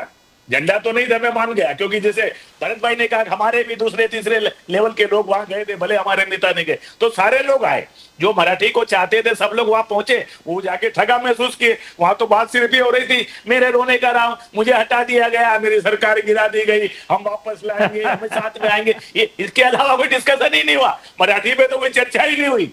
तो सवाल ये है कि आखिर आप क्या करना चाहते हो? और आपने तो भाई 35 मिनट भाषण दे दिया, हम इकट्ठा होंगे, पर आपके दूसरे भाई ने जो आपके पहले भाषण दिया, उसने एक शब्द भी कहा क्या कि हम दोनों भाई राजनीतिक रूप से इकट्ठा आ रहे हैं। This is the headline. भाषण में एक लाइन मुझे बता दीजिए राज ठाकरे जी की, जो कहते हैं राजनीतिक रूप से इकट्ठा आ रहे हैं। आज भी इन्होंने सब स्पोक्सपर्सन को वार्न किया कि आप हमारी युति के बारे में कुछ नहीं बोलेंगे, सिर्फ मैं बोलूंगा। किस बात पे जश्न मना रहे हैं लोग? जी, राजनीतिक रूप से इकट्ठा होने की कोई बात, राज ठाकरे, ताली 2 हाथ से बजती है, 1 हाथ से नहीं बजती है। एक हाथ से आप चिमटी तो बजा सकते हो, ताली नहीं बजा सकते। तो यहां पर आई थिंक भरत सोनी साहब is the luckiest of them all. मुझको ये ऐसा लग रहा है, क्योंकि भले बीएमसी का चुनाव हो, नासिक का चुनाव हो, नागपुर का चुनाव हो, बाकी जितनी भी म्यूनिसिपैलिटीज है उनका चुनाव हो, जो हमें खबर आ रही है वो तो ये आ रही है भरत सोनी साहब नंबर 1 कि Congress will go alone. Corporation के चुनाव में as usual Congress will go alone, क्योंकि ये आपकी बहुत पुरानी नीति रही है और बिल्कुल ठीक भी रही है।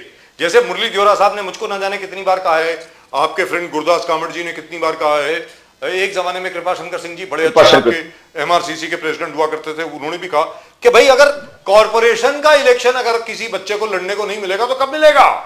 When is he going to fight election? उसमें भी अगर आप युति कर लेंगे तो क्या होने वाला है? नंबर 1। नंबर 2, मैं छोटी सी बात बताता हूं सर। बाला साहब ठाकरे की आदत थी व्यंग्य के साथ कुछ ना कुछ कहना, नंबर 1।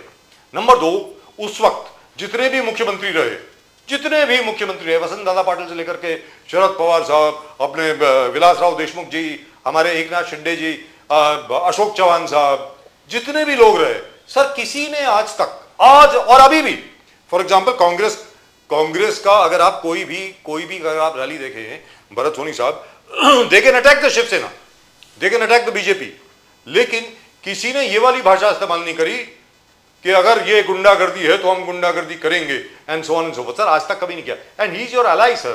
क्या है सर भरत सोनी साहब, अब कुछ तो कांग्रेस का स्टैंडर्ड जो होता था वो रखिए ना, कायम रखिए ना सर प्लीज। आप देखिए, खुद देखिए, विलासराव देशमुख जी और गोपीनाथ मुंडे जी कितने अच्छे मित्र हुआ करते थे। क्या है सर, एक दूसरे को अटैक किया करते थे असेंबली में, नितिन गडकरी जी और विलासराव देशमुख जी। इनफैक्ट विलासराव देशमुख जी बोला करते थे मेरे शो के बारे में, बाय द वे 8 बजे जो आरकेबी शो शुरू हुआ करता था, विलासराव देशमुख जी ने ये काउंसिल में कहा है नितिन गडकरी के लिए। मुझे लगता है वो 8 बजे का जो शो है ना आरकेबी का, आरकेबी नाम लेकर के कहा उन्होंने काउंसिल में, वो तो लगता है सिर्फ मेरे लिए रिजर्व्ड है, और लीडर ऑफ द ऑपोजिशन उसमें हमेशा रहते हैं। तो सर इस किस्म की भाषा का इस्तेमाल होता था और लोग तालियां बजाया करते थे, मजे लिया करते थे, लोगों को आनंद आता था कि महाराष्ट्र का जो पॉलिटिकल स्टैंडर्ड है कितना जबरदस्त है। सर ये आज क्या हो रहा है? How can you be part of this sir? Bharat Soni sahab आप मुझे बताइए, आप इसके कैसे हिस्सा कैसे बन सकते हैं सर? आप ये बताइए। सर देखिए, किसी भी प्रकार की हिंसा यानी वायलेंस कांग्रेस पार्टी सपोर्ट करती नहीं है और नहीं करेगी। और सर देखिए, हम लोग पहले भी अलाय रहे। आप तो कोई 1978 का म्युनिसिपल कॉर्पोरेशन का चुनाव देखे तो उस समय पे शिवसेना और अनडिवाइडेड शिवसेना, बाला साहब ठाकरे जी की जो शिवसेना थी, वो शिवसेना हमारे साथ अलायंस में थी 1978 के कॉर्पोरेशन के चुनाव में, है ना सर? हाँ सर, तो वो एक बात अलग है। जब हम लोग अलायंस में आते हैं तो कॉमन मिनिमम प्रोग्राम के तहत हम लोग आते हैं, तो वो जो भी पार्टी आके जुड़ती है वो अपना मेन आइडियोलॉजी है उसको तो चेंज नहीं करेगी। जैसे जब शिवसेना और बीजेपी लगभग 1997 से लेके 2019 तक सत्ता में रही महानगर पालिका में, और वो सब मिली जुली सरकार थी। कुछ दिन आप इंप्रूवमेंट्स कमेटी के चेयरमैन बनो, आप स्टैंडिंग कमेटी के चेयरमैन बनो, सो फोर्थ एंड सो ऑन, तो उस प्रकार से एक साथ रहे। लेकिन वो लोग अपना जो खुद का एजेंडा है वो कभी भी छोड़ते नहीं है। उसी प्रकार से हम लोग भी जो है वो हमारे कांग्रेस पार्टी की जो आइडियोलॉजीज है और जिस प्रकार से कांग्रेस पार्टी के मूल्यों पे हम लोग लड़ते हैं वो लड़ते आएंगे। अब रही बात सर, आपने कहा कि अलायंस में रहेंगे कि नहीं, अलग लड़ना चाहिए कि नहीं, तो सर देखिए, हम लोग जब इसके ऊपर चर्चा करते थे 2022-23 में, हम लोग जब डिबेट करते थे और जब इलेक्शन होने वाले थे तब भी ये बात आई थी। तो सर देखिए, कोई भी पार्टी को अपनी पार्टी बढ़ाने का हक है। अगर आप अलायंस में भी हो फिर भी आपको अपनी पार्टी बढ़ाने का उसको उस पार्टी के नेता को, उस पार्टी के कार्यकर्ता को हक है। उसके तहत अगर हम लोग साथ में लड़ते हैं तो कांग्रेस को कितनी सीट आएगी? 80-85 सीट आएगी सर। 236 अभी तो 227 हो गए, 227 के अंदर हम लोग अलायंस में अंदर जाते हैं तो 80 सीट। अब सर हमारे जो मुंबई के अंदर 227 वार्ड है, हर वार्ड में हमारी वार्ड कमेटी है, उस वार्ड में हमारी यूथ कांग्रेस, महिला कांग्रेस, सेवा दल और बेसिक कांग्रेस, इसकी कमेटियां हैं। तो सर वो कार्यकर्ता कब लड़ेंगे? ये उसके पीछे का बोलने का हेतु था।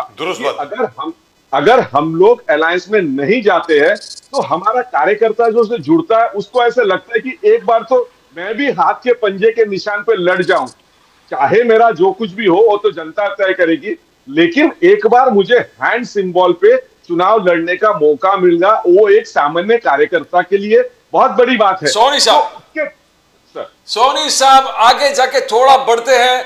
आप कोई भी महाकुंभ के मेले में कोई भी सीनियर आपके इंडिया अलायंस के कोई भी नहीं गया था नेता, मगर आज जब मुहर्रम का ताजा निकलता है तो लालू प्रसाद यादव जी जो महाकुंभ मेले का क्या महाकुंभ क्या है, कुंभ सब बकवास है। तो आप आज अपीसमेंट तुष्टीकरण का बहुत जबरदस्त तरीके से आप लोग का मिसाल बनकर रहेगा कि नमाज अदा करेंगे मगर महाकुंभ में नहीं जाएंगे। तो ये भेदभाव तुष्टीकरण का सामने खुल के आया है। ये कैसे लोग को समझाओगे कि आप किस प्रकार से पॉलिटिक्स। भरत सोनी साहब। प्रदीप जी, लालू जी नहीं गए तो उसमें मैं क्या जवाब दे सकता हूं? नहीं, तो हमारे पार्टी का महाकुंभ में ना मल्लिकार्जुन खड़गे साहब गए थे, ना राहुल गांधी जी गए थे, nobody from the Congress went. आपने कहा नहीं सर, प्रदीप जी काफी लोग गए थे, काफी लोग इंडिविजुअल कैपेसिटी में कांग्रेस के हमारे जो नेता है काफी लोग गए थे, मुंबई से लोग गए थे सर महाकुंभ के अंदर। सर जो आस्था रखता है सर उसके प्रति और जो उसमें बिलीव करता है वो उसका खुद का निजी प्रश्न है सर कि जाना नहीं जाना या नहाना, ऐसे कंपल्सन तो नहीं है ना सर। जैसे कल आषाढ़ी एकादशी की कल पूजा थी, वो हम लोग सारे लोग मनाते हैं, लेकिन उसका कहीं भी हमने उसकी मार्केटिंग नहीं की कि हम लोग सारे लोग आषाढ़ी मना रहे हैं, हम लोग सारे लोग वारकरी को जाके मिल रहे हैं, या हम लोग हमारे घर में बैठकर विट्ठल विट्ठल विट्ठल ऐसा कर रहे हैं। तो ये सर इसका मार्केटिंग नहीं होता है सर। भारत सोनी साहब, खड़गे साहब ने क्रिटिसाइज किया था किस प्रकार से हर चीज गंदा है वहां पर, महाकुंभ किस प्रकार से है, तो ये खुलेआम आपका विरोध था। आज मगर जब आपके लीडर्स ओपनली, टॉप के लीडर्स नमाज करते हैं, नमाज अदा में जाते हैं, मुहर्रम को सेलिब्रेट करते हैं, तो लोगों में पूछने का हक बनता है कि भाई ये भेदभाव, ये तुष्टीकरण खुलेआम दिख रहा है। You want to answer that? Sahu ji साहब मेजॉरिटी के साथ तैयार है। प्रदीप जी, मेजॉरिटी के साथ सब कोई होता है, कुछ लोग माइनॉरिटी के साथ भी जाना चाहिए जी। लेकिन डीके शिव कुमार जी गए थे महाकुंभ में, डीके शिव कुमार जी मुझे याद है थे महाकुंभ में, और बहुत उन्होंने तारीफ भी करी थी वगैरह वगैरह वगैरह। और उन्होंने by the way, DK Shiv Kumar ji ऐसे नेता हैं, डिप्टी चीफ मिनिस्टर हैं आपके कर्नाटका के, उन्होंने योगी आदित्यनाथ जी की तारीफ भी करी थी। शायद इसके लिए ही अभी तक उनको मुख्यमंत्री नहीं बनाया आप लोगों ने, मुझे ऐसा लग रहा है। साहू जी साहब, आप बोल रहे थे, आप इच्छुक थे जिस प्रकार से मुझे मौका नहीं दे रहे हैं। आप बोलो साहू साहब, बोलिए ना। आप सोनी साहब पे प्रसन्न है जा बोलिए साहू जी साहब, आप बोलिए। इसमें दो बातें चर्चा में अभी हुई। हम चर्चा करते हैं तो विषय का कुछ प्लस माइनस चर्चा होती है जी। तब ये लोकल सेल्फ गवर्नमेंट के जो चुनाव होते हैं, ये जो सामाजिक क्षेत्र में जो कार्यकर्ता काम करते हैं उनको कहीं ना कहीं तो एक पॉलिटिकल पोस्ट होना चाहिए, ऐसा लगकर वो काम में जुट जाते हैं जी। पार्टी का कोई भी रवैया पार्टी के हिसाब से होता है। अभी हमने तय किया है कि हम महायुति बोल के लड़ेंगे, और जहां जहां स्थानिक इकाइयों में कहीं ना कहीं अनबन ज्यादा है तो वहां उसके बारे में सोचेंगे। तो चुनाव का निर्णय क्या है कि पार्टी ने जो लिया वो, ये बात सही है, लेकिन मेरे जैसा एक कार्यकर्ता को क्या लगता है, ये मेरा निजी राय है जी, पार्टी की राय मत समझिए। क्या बोलना चाहता हूं मैं कि जो छोटा कार्यकर्ता होता है, निचले स्तर का होता है, उसको आप विधायक नहीं बना सकते, उसको आप सांसद बना नहीं सकते, उसकी पूरी जिंदगी ऐसी जाएगी, तो उसके निराशा आ जाती है जीवन में। और उसको तुम लोकल सेल्फ का चुनाव रोकने से भी अलायंस के लिए रोकेंगे, चाहे कोई भी दल का होने दो, तो ये भ्रूण हत्या होती है लोकल लीडरशिप की, ऐसा मैं मानता हूं। दुरुस्त बात। इसलिए अवसर देना चाहिए, और इसके किसने कैसा लेने का ये बात अलग है, लेकिन लोकल सेल्फ चुनाव में कार्यकर्ताओं की भ्रूण हत्या नहीं होनी चाहिए। इसके बारे में एक अलग सी डिबेट लेकर अलग से सोचना भी चाहिए। ये कोई मेरी अकेले की राय नहीं हो सकती है, राय सबकी हो सकती है, बोलते कम लोग हैं। और हम पार्टी के नियमों के खिलाफ जाने का नहीं है, पार्टियों को दुखाने का नहीं है लीडर लोगों को। इसलिए कोई चर्चा कम ज्यादा हो सकती है। पार्टी ने जो निर्णय लिया वो एप्लीकेशन वैसा ही होता है, जी। वो बात अलग है। जी, लेकिन बिल्कुल। हमने 25 साल नासिक कॉरपोरेशन में देखा, अलायंस के लिए दोनों भी पार्टी के 50-50% कार्यकर्ता 25 साल में नए तैयार नहीं हुए। जी। ये बड़े शहरों के लिए, बड़े प्लेटफॉर्म के लिए इसके बारे में कहीं ना कहीं तो सोचना पड़ेगा सबको कि सर, लोकल सेल्फ के लिए जी क्या करना चाहिए। सर, यहां पर कांग्रेस की नीति बहुत बड़ी साफ हुआ करती थी। भारतीय जनता पार्टी और शिवसेना को लेकर के क्या है कि क्योंकि अलायंस इस प्रकार की थी तो दे वर बाउंड। बाला साहब ठाकरे, नितिन गडकरी एक तरफ, गोपीनाथ मुंडे जी एक तरफ, प्रमोद महाजन जी, लाल कृष्ण आडवाणी जी, तो उसमें क्या होता था कि अलायंस के बिना चलते नहीं थे। लेकिन कांग्रेस की नीति यहां साफ हुआ करती थी, मुझे अभी तक याद है कि कॉर्पोरेशन का चुनाव तो हमें अकेले लड़ेंगे भाई, थैंक यू वेरी मच। हमारे जो स्थानीय लीडर जो हैं जी थोड़े जी बोलिए। आज की कांग्रेस की नीति अवसरवादी है। आज खुले दिल से कोई भी उद्धव ठाकरे गलत कह रहे हैं, कांग्रेस का एक भी नेता कहता नहीं है। मराठी के बारे में ये जो रवैया अपनाया, जो विषय है ये नहीं, वो विषय है करके दिखाने का झूठी चाल पे चले। न कांग्रेस अवसरवादी आज है, कुछ बोल नहीं पा रहे। शरद पवार जैसे कद्दावर इतने 60-60, 70-70 साल जिनके राजनीति में गए, वो भी खुलकर बोल नहीं रहे। सर, सुप्रिया जी गई थी वहां। का एक बड़ा नमूना है अभी ये कांग्रेस का और शरद पवार जी का। सर, सुप्रिया सुले जी स्टेज पर थी। मैंने स्टेज पर थी तो स्टेज पर ऐसा है, वो नहीं गए, उनको भेज दिया जी। राजनीतिक समर्थन किसका क्या हो सकता है करो, लेकिन भाषा के मुद्दे के ऊपर भी आप प्रामाणिक नहीं रह सकते, ये गलत है। दुरुस्त बात। लेकिन अभी जो प्रदीप जी ने सवाल पूछा उसका तो जवाब दीजिए ना सर। समाजवाद वर्सेस नवाजवाद कि लालू यादव जी ताजियों में चले गए, मुहर्रम के जुलूस में चले गए, महाकुंभ में नहीं गए। नहीं तो ये तो तुष्टिकरण की राजनीति तो करते आए ना वो। लेकिन कितने शिया हैं सर? शिया तो बहुत कम है, वो उससे क्या मिलने वाला है वैसे आरजेडी को। खैर वो दूसरी बात है। सुशील व्यास जी, मैं आपसे जानना चाहता हूं sir, the fact remains, let's be very clear, जो अभी साहब लालू जी की भी अवस्था उद्धव जैसी हो गई उधर बिहार में। तो लेट मी गो टू सुशील व्यास जी। सुशील व्यास जी, क्या है सर के legally you are a lawyer sir, don't you think what Uddhav Thackeray ji said, और राज ठाकरे जी ने तो खैर बड़ा रेस्ट्रेंट भाषण दिया, और उसके बाद जो निशिकांत दुबे जी ने जवाब दिया, sir it attracts a lot of sections of the new criminal code, don't you think so sir? मैं किसी का नाम लेके नहीं कहना चाहता बजाज जी, लेकिन law will take its own course. जैसे भयंदर में किसी ने कुछ हाथ उठाया तो उस पर एक्शन हुई है, थाना में किसी ने कुछ किया तो उस पर एक्शन हुई है। वो नाम लेके कहना ठीक नहीं, क्योंकि वो अपने अपने दल के हैं। दुबे जी हमारे लक्ष्मण जी साहू जी के पार्टी के हैं, तो मैं अधिकृत नहीं हूँ उस पर कुछ बोलने के लिए।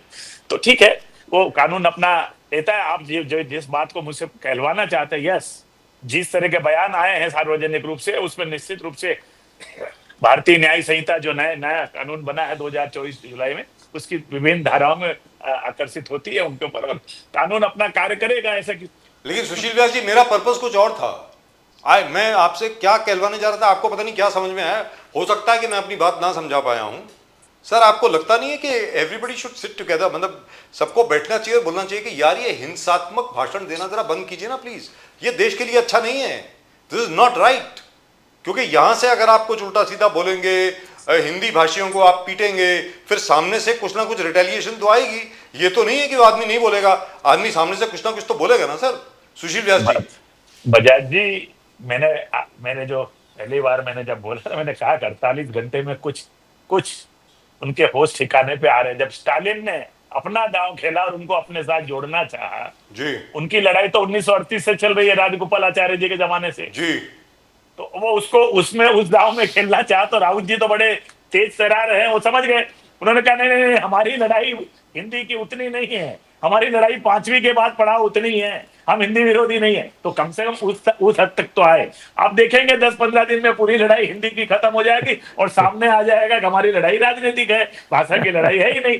तो ये तो राजनीति दुर्भाग्य है कि हम शिक्षा को लेकर के, शिक्षा नीति को लेकर के राजनीतिक चर्चा कर रहे हैं। ये नहीं होना चाहिए। तो मैं सर आप लोगों से एक एक ये सवाल पूछता हूं, मैं चाहूंगा कि आप इस पे छोटा छोटा रिएक्ट करें। नहीं आज आज जी, सुशील बोलिए, व्यास जी बोलिए। एक बात है कि आप हर चीज जो डिसेंटिंग है, अगर कांग्रेस ने कुछ विरोध किया उनको कहा एंटी नेशनल, उनको कहा अर्बन नक्सल्स। अभी मनीषा कायंडे जी हाल ही में जितने वारकरी समाज के लोग जा रहे थे उनमें भी कहा उनमें भी कुछ अर्बन नक्सल्स है, उनमें भी कुछ। तो आगे जाके ये पाइलअप इसलिए हो रहा है कि अब आप एक बिल लाने वाला हो, Maharashtra special public security bill, जो सबको लग रहा है कि आप डिसेंट को टोटल उनके खिलाफ टारगेट करके उनको टोटली क्रिटिकल, जो भी गवर्नमेंट के सरकार के खिलाफ क्रिटिकल होगा उनको पेनलाइज करने वाला, पनिश करने वाला, इम्प्रिजन करने वाले जो आपका रवैया है, urban Naxals, dictatorial tendencies, anti national. तो क्या ये बिल के माध्यम से ये जिस प्रकार से चल रहा है, you want to stifle dissent, आप नहीं चाहते कि कोई आपको क्रिटिसाइज करे? नाम्यार जी, मनीषा कायंदे जी ने विधान परिषद में जो बयान दिया वो किस संदर्भ में दिया आपने शायद सुना भी होगा। वारी जो होती है हमारे महाराष्ट्र में, हमारे दोनों भाई जो यहाँ बैठे हैं उस चीज को मानेंगे, बहुत पवित्र चीज मानी जाती है। वो हम पैदल चल करके अपने आराध्य देव के प्रति अपनी आस्था प्रकट करने के लिए धार्मिक रूप से जाते हैं। वहां जाकर के कोई अपनी, और वो लोग जो उसको मानते भी नहीं है मुख्य रूप से, वो अपने वहां संविधान और देश के दूसरे विषयों के बारे में चर्चा करना शुरू कर दे तो आपको कैसा अच्छा लगेगा? मैं अगर रामलीला में आती है खंडाला का गाना शुरू कर दो तो कैसा लगेगा आपको? तो सवाल है, वारी को वारी के रूप में लीजिए। आप पांडुरंग से संबंधित, विठोबा से संबंधित कोई चर्चा करिए, चलेगा। वारी में जाके आप दूसरी चर्चा करना शुरू कर देंगे जो धर्म से संबंधित नहीं है, तो उसको मनीषा बहन ने कहने के बाद विधान परिषद में की, और उस तरह की चीज को कोई समर्थन नहीं करेगा। शायद उनकी शब्दावली कुछ अलग रही होगी, भावना यही थी कि भाई आप वारी को वारी रहने दीजिए, उसकी पवित्रता बनाए रखिए, उसकी पवित्रता में कोई किसी तरह की कोई विघ्न मत लाइए। ये उनके कहने के पीछे के भाव थे। अब वो आप बताइए उसमें कहां कोई गलत है? अब मैं जैसे भी उद्धव जी जैसा तो नहीं करता, मराठी अस्मिता के नाम पर आके रोना शुरू कर दूं, मेरी सरकार गिर गई, गिरा दी, वो कर दी, वहां पर मराठी नहीं, वहां पर महापालिका महाराज। ये भाषा तो हम लोग तो नहीं कर सकते, हम तो जिम्मेदारी से साथ राजनीति कर रहे हैं जी। तो सुशील व्यास जी, एक सवाल है आपसे छोटा सा। तो आपके मुताबिक there will be no tyrannical law which is going to be passed in Maharashtra, wherein tomorrow, if say I, Rajiv K. Bajaj, RKB, if I criticize the government, I shall be in jail. I hope that won't happen. Even if it doesn't matter, won't be the first time. So, Bajaj ji, already existing law जो है ना, that is more than sufficient to take care of such things right. ऑलरेडी। So Pradeep ji, expect something against us very shortly. That was Sushil Vyas Maharashtra ji said. Special public security act कुछ चर्चा चल रहा है व्यास जी का। Article 19 है बजाज जी, जी मालूम है सर। Right of expression. जी। If you are within that four wall of that, nobody can touch you. If somebody touch, even if my party government, I will support you. Right, wonderful. But Uddhav ji ने बहुत हंगामा कर दिया, बोले इस पर special चर्चा होना चाहिए। आप ऐसे बिल पास करने वाले हो जो हमारे पूरे क्रिएटिविटी और डिसेंट को आप खत्म करना चाहते हो। अब उद्धव जी की हताशा निराशा पूरा महाराष्ट्र देख रहा है, और वो पॉलिटिक्स में जैसे टूरिज्म करने आते हैं ना, कभी कभी विधान परिषद में पहुंच जाते हैं जिससे उनकी सदस्यता कायम रहे, उतनी मिनिमम अटेंडेंस लगा रहे, तो उनको उतना ही संसदीय राजनीति से लेन देना बच गया है मुख्यमंत्री पद जाने के बाद, इसलिए उस पर चर्चा ना करें तो अच्छा है। तो सुशील व्यास जी, चलते चलते, because we really have reached the end of the show, आपसे, लक्ष्मण सावजी साहब से और भरत सोनी साहब से मैं एक ही सवाल पूछूंगा, वो ये है, मैं बहुत खुश होता अगर राज ठाकरे जी और उद्धव ठाकरे जी, जो दोनों बड़े अच्छे मित्र हैं हमारे, मैं सोचता हूं कि मेरे अच्छे मित्र हैं, वो मेरे बारे में क्या सोचते हैं आजकल मुझे मालूम नहीं है, आई डोंट नो। तो सुशील व्यास जी, मुझको ऐसा लगता है कि अगर ये मराठी अस्मिता को लेकर के वास्तविकता में इतने चिंतित थे, तो आज गवर्नमेंट स्कूल्स, म्यूनिसिपैलिटी स्कूल्स और बाकी सब स्कूल्स की जो दुर्दशा है उसको लेकर के सारी मराठी पब्लिक को ये इकट्ठा करते और ये कहते कि either you improve the schools में इंप्रूवमेंट लाइए, एजुकेशन का बजट जो है महाराष्ट्र का वो मिनिमम 15% होना चाहिए टोटल बजट का, सारे टीचर्स को सैलरी ऑन टाइम मिलनी चाहिए, हर सब्जेक्ट के लिए एटलीस्ट 3 सब्जेक्ट के लिए एक टीचर होना चाहिए या मैक्सिमम 4 सब्जेक्ट के लिए। सर गांव में सारे सब्जेक्ट एक ही टीचर पढ़ाता है, आपको भी मालूम है, मुझे भी मालूम है। इसके बजाय आप और छोड़िए सर, लड़कियों के लिए वॉशरूम भी नहीं है कई जगह पर, ये हालत है। अगर इसके ऊपर ये लोग लड़ाई करते तो sir we would have been proud of them. Don't you think that should have happened, Sushil Vyas ji? नहीं, it is a matter of concern, बहुत बड़ी चिंता का विषय है। पहले भी मैंने आपके शो पे इस विषय से कहा कि एक चिंता का विषय, इसमें सुधार होना चाहिए, लेकिन इसमें सारे लोगों को मिल करके सुधार करना होगा। जी। लेकिन जिनकी बात आप कर रहे हैं उद्धव ठाकरे जी की, 25 साल मुंबई महानगर उनके हाथ में है। मुंबई महानगर पालिका किसी छोटे मोटे राज्य से कम सत्ता नहीं होती। उनके अंतर्गत भी मुंबई महानगर पालिका में शिक्षा के माध्यम से जो तमाम स्कूलें हैं, उद्धव ठाकरे जी इस देश की जनता को और प्रदेश की जनता को कम से कम उतना बता दें कितनी मराठी भाषा की माध्यम से पढ़ाई जाने वाली स्कूलों का ताला लगने का काम उनके इस कार्यकाल 25 साल में हुआ, जी। और वो क्यों नहीं उसको चालू रख सके।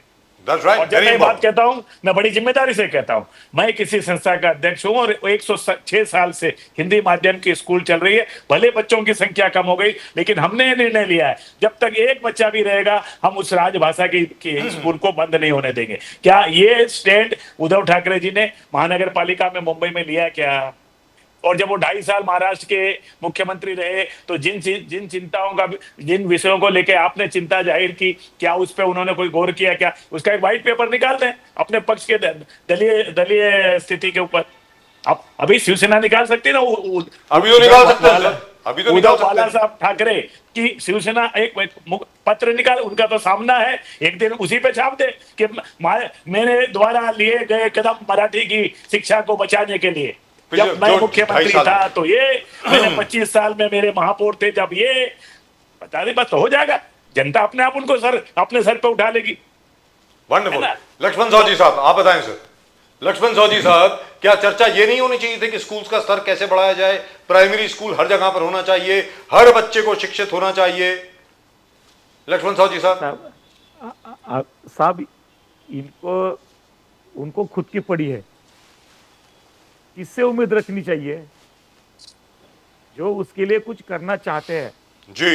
देवेंद्र फडणवीस जी की, शिंदे साहब की, अजित पवार की जो अभी सरकार चल रही है, वो जब शिक्षा नीति नहीं आ रही है उसके हिसाब से कैसे कैसे व्यवस्थाएं होनी चाहिए उसके बारे में गहराई से सोच रहे हैं, उसके प्रयास चल रहे हैं। उनके ऊपर ध्यान देने के लिए इनको समय भी नहीं है, और क्या चल रहा है इनको मालूम, उनको खुद ने क्या क्या मालूम नहीं है, खुद ने किसके ऊपर स्वाक्षरी किए है, सही किए है, ये उनको मालूम नहीं है, तो वो क्या करेंगे? उनसे कोई उम्मीद नहीं रखी जा सकती। उनको इसके बारे में सिर्फ राजनीति करनी है। मुंबई चुनाव के बाद में उनकी राजनीति आस्ते आस्ते कम हो जाएगी।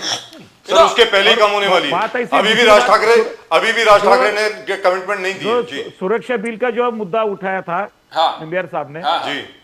जो नक्सलवाद का मुद्दा इतने दिन भारत में है, ये मानने वाले जो लोग हैं उसके ऊपर क्या क्या असर हुआ है? अभी हमारे अमित भाई शाह जी ने जो उसके ऊपर इलाज किए हैं, अभी सीआरपी के जो उधर एक दिन हॉल्ट के लिए वहां रहे वो नक्सलवाद एरिया में, तो अभी गडचिरोली का जो आमूलाग्र बदलाव किया है देवेंद्र जी ने, इसके बारे में सोचना चाहिए ना। ये सराहने वाली बात है। नक्सलवाद कम करने के लिए जब हम जा रहे हैं और जहां शहरी नक्सलवाद बढ़ाने के लिए कुछ लोग असरदार हो रहे हैं, तो उनके खिलाफ कार्रवाई होनी चाहिए। ये वो कानून का डर किसको है? जो देश के खिलाफ जो जाएगा, जो देशद्रोह करेगा, उसको उसका डर है। बाकी उसको किसको डर लगना नहीं चाहिए। जो गलत होगा उसको उसका डर, उसको डरना ही चाहिए। कानून इसलिए हो रहा है, इसलिए वो कोई भी कानून होता है तो कानून गलत हो रहा है या सही हो रहा है, ये विषय सापेक्षता के ऊपर देखना चाहिए। नक्सलवाद का मुद्दा जितना हावी था, जितने हमने प्रयास किए हैं पिछले 5-10 साल में नक्सलवाद कम करने के लिए, आज अनेक नक्सलवादी शरणार्थी हो रहे हैं, टूल डाउन कर रहे हैं, देश की विचारधारा में आ रहे हैं।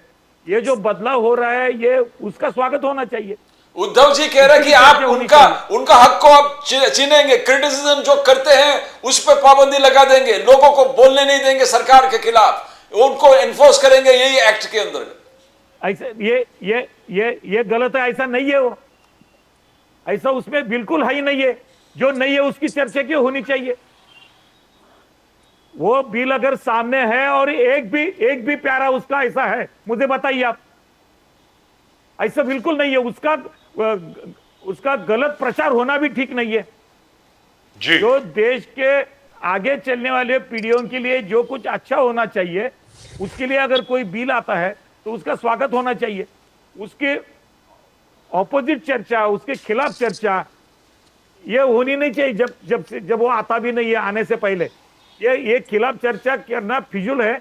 ऐसा एक भी प्रावधान उसमें नहीं है जो अच्छा आदमी को, देशभक्त आदमी को, सही काम करने वाले को, उसमें उसको कोई भी प्रॉब्लम नहीं आएगा। Right, so let me go across to Bharat Soni sahab. Bharat Soni साहब, इस विषय के बारे में आपसे मेरी पहले भी बात हो चुकी है, specially with regard to primary schools. Primary school जो महाराष्ट्र में है और प्राइमरी स्कूल जो मुंबई में है, सर आपको लगता नहीं है we should be concentrating on that, focus उधर होना चाहिए इंस्टेड ऑफ टेकिंग सर देखिए लाइक दिस? राजीव जी, बताइए सर। मैं ना बड़े शांति से मैं यही शब्द उनसे सुन रहा था कि क्वेश्चन क्या था। क्वेश्चन था कि प्राइमरी स्कूल के इंफ्रास्ट्रक्चर के बारे में क्या हो रहा है। जी। क्योंकि मैं मुंबई से हूं और मुंबई के सभी स्कूल्स और सबसे मैं बिल्कुल पास से देखा है। सर 25 साल यानी 1997 से लेके 2019 तक शिवसेना बीजेपी बीएमसी के अंदर रूल करती थी।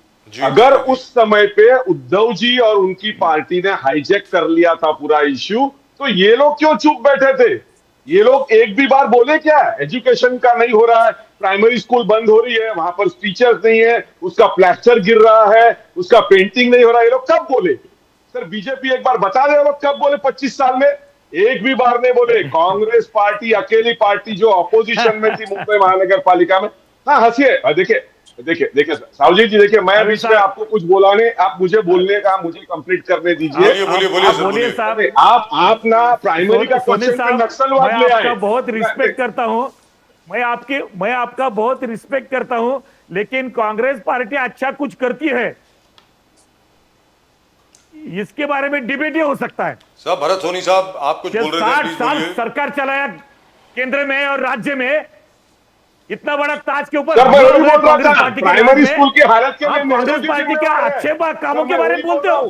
साहू जी साहब, मैं आपकी बात बोल रहा था। ताज पर प्राइमरी स्कूल में कुछ नहीं हो रहा है, उसके लिए नेहरू जी जिम्मेवार है। राज्य में अभी 10 साल हमारे पास गवर्नमेंट आई है, जो बदलाव हुए हैं हमारे शिक्षा नीति में। तो लक्ष्मण सौजी साहब उनको बोलने तो दीजिए। लक्ष्मण सौजी साहब, आप कांग्रेस कैसे अच्छी है थी और अच्छी है बताएंगे। लक्ष्मण सौजी साहब, अगर आपकी अनुमति हो, शिक्षा नीति का सर अगर आपकी अनुमति हो, शिक्षा नीति अगर अच्छे अपनाते तो 50-60 साल कांग्रेस, तो देश हमारा कहीं से कहीं जाता था।